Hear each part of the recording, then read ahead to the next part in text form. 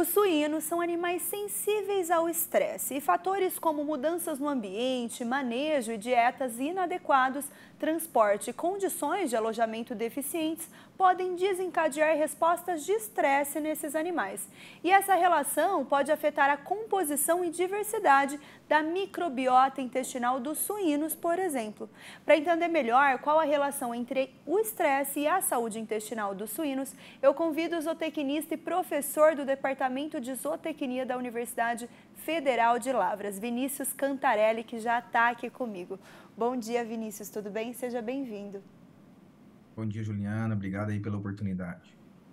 Vinícius, então eu queria saber qual que é o papel da saúde intestinal na garantia do suíno livre de estresse na produção, visando a sanidade do rebanho. Excelente. É um assunto, assim, não só para ciência animal, né, mas para a saúde humana também, cada vez mais importante, né? Só para você ter uma ideia, quando a gente relaciona sanidade, doenças, a saúde intestinal, ela não é só importante para doenças entéricas, mas até mesmo para doenças sistêmicas, como doenças respiratórias, por exemplo.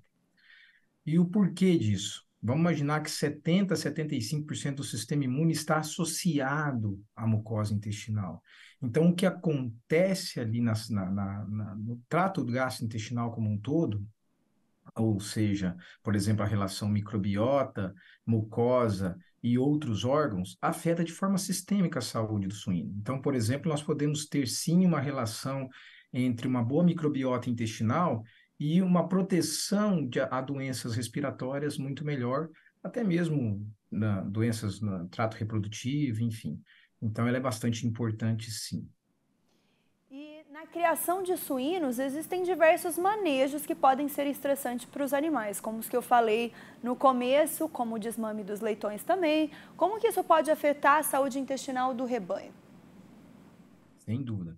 Olha, você falou de manejo, né, o de desmame, né, Juliana, que é o mais característico. Realmente, os animais, após o nascimento, é o momento mais estressante dos leitões, né? Mas o nascimento, o desmame, a movimentação, a densidade, o transporte desses animais, todos irão levar um processo de estresse, que basicamente, do ponto de vista fisiológico, é ativar o eixo hipotalâmico, hipofisário adrenal. Consequentemente, você ativa ou leva a uma condição de inflamação. E muitas vezes, dependendo do estresse, quando ele é crônico, passa a ter uma inflamação um processo pró-inflamatório, não anti-inflamatório, né? Qual que é a consequência disso para o trato digestório ou para a saúde intestinal? Você provoca uma disfunção de barreira intestinal. E aí leva a uma série de problemas. Por exemplo, transloca, transloca antígenos que estão na mucosa intestinal, próximo à mucosa intestinal, lume intestinal, à corrente sanguínea, como, por exemplo, micotoxinas, antígenos de bactérias patogênicas, fatores nutricionais que não deveriam ser absorvidos, como, por exemplo, fatores alergênicos, que leva a mais processo inflamatório ou a uma imunossupressão, tá? Então, essa conexão do, do intestino com o cérebro, ela funciona e vice-versa. Então, qualquer fator estressante pode prejudicar o trato digestório, a funcionalidade da mucosa intestinal e, consequentemente, a desbiose intestinal. Por exemplo, você tem uma descarga de adrenalina ou noradrenalina. Ela também, além de acontecer na corrente sanguínea, ela também acontece no lume intestinal. As bactérias entendem isso, as bactérias patogênicas são oportunistas e promovem ali uma adesão à mucosa intestinal, processo de infecção que pode levar a uma doença, por exemplo, não só intestinal, mas sistêmica também, como eu já disse na pergunta anterior. Muito bem. Então, você falou de algumas relações, né, entre o manejo e a saúde intestinal dos suínos. Qual que é a relação também da ambiência e do conforto térmico com a saúde intestinal dos suínos, por exemplo? Esse é um dos maiores problemas para nós aqui nos trópicos, né? O calor que se faz em qualquer região do Brasil, obviamente umas mais, outras menos, e isso afeta, né? Você imagina uma mãe que pariu ali a quantidade de leitões que tem hoje, e ela, por mais que ela já tenha uma maturidade do trato digestório, pode provocar essa mesma ativação do eixo hipotalâmico hipofisário adrenal e provocar disfunção de barreira intestinal, tá? Olha, talvez seja, Juliana, um dos maiores provocadores de disfunção de barreira intestinal é o estresse por calor, por exemplo. Claro que o estresse por frio também é importante, principalmente para leitões, tá? Então é a mesma coisa, é um fator estressante, tá? Que irá levar a uma disfunção de barreira intestinal e consequências entre desbiose, diarreia, translocação, infecção, fora que nós estamos perdendo uma grande oportunidade. É na mucosa intestinal que ocorre o término da digestão de carboidratos e proteínas e a absorção de todos os nutrientes. Bem, nós sabemos que a produção de suínos, por exemplo, né, ela depende da transformação de nutrientes de baixo valor agregado em alto valor agregado. E a mucosa intestinal é extremamente importante para isso, nós temos que mantê-la íntegra. Então, fatores estressantes como o estresse por calor compromete a digestão, a absorção e a susceptibilidade às várias doenças. Então, eu posso dizer, Vinícius, que independente da causa do estresse, isso pode acarretar numa disfunção intestinal. Pode sim. É estresse por movimentação, é estresse por calor, é estresse social, né? A gente vê no nosso dia a dia enquanto humano, mas por que não para os suínos, para aves, né?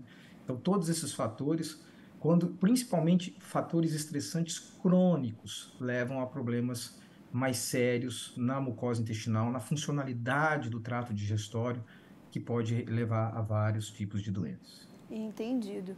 E existe alguma estratégia nutricional para minimizar os impactos de um manejo estressante para os suínos na saúde intestinal? Juliana, para minimizar, sim, mas assim, o dever de casa tem que ser feito. Nós temos que fazer correções e ajustes na ambiência, na densidade, um desmame mais adequado, idade ao desmame, enfim, nos vários fatores de riscos nós devemos diminuir. Mas é claro, existem estratégias, existem ferramentas nutricionais que podem ser interessantes para a gente mitigar isso. Por exemplo, na nutrição, a gente tem que pensar numa composição de fibra, principalmente fibras funcionais. Mas por quê? Porque essas fibras nutrem bactérias benéficas que produzem metabólitos que conversa bem com a mucosa intestinal. Por exemplo, o ácido butírico, né? Ah, Vinícius, mas eu posso já oferecer o ácido butírico direto na dieta, né, como um aditivo ou uma tributirina? Sim, interessante, ferramenta interessante, né? É como se fosse um pós-biótico que a gente chama. Tá? Mas você, via nutrição na formulação de dieta, você já pode compor uma dieta com fibras funcionais que pode promover essa saúde e produção de metabólitos desejáveis, bem como probióticos e outros aditivos que irão modular uma microbiota mais benéfica. Consequentemente, você começa a ter uma microbiota mais resiliente, que impede a ação de bactérias patogênicas e também traz mais resiliência, traz uma, uma função de barreira intestinal que possa suportar todos esses desafios, não só do lúmen para a mucosa, que é no caso de doenças entéricas, bem como aos estresses que a gente acabou de comentar agora, né, que é qualquer fator estressante que pode levar a uma disfunção de barreira intestinal. Alguns aditivos e alguns fatores nutricionais podem potencializar ou podem fortalecer essa barreira intestinal e deixar a microbiota mais resiliente, mitigando esses efeitos que tem no dia a dia de uma granja, né? São fatores que é difícil a gente controlar, tá? E que podem levar a doenças diversas, né? Muito bem, Vinícius, muito obrigada pela sua participação aqui no Ligados e volte sempre que quiser. Eu agradeço, Juliana.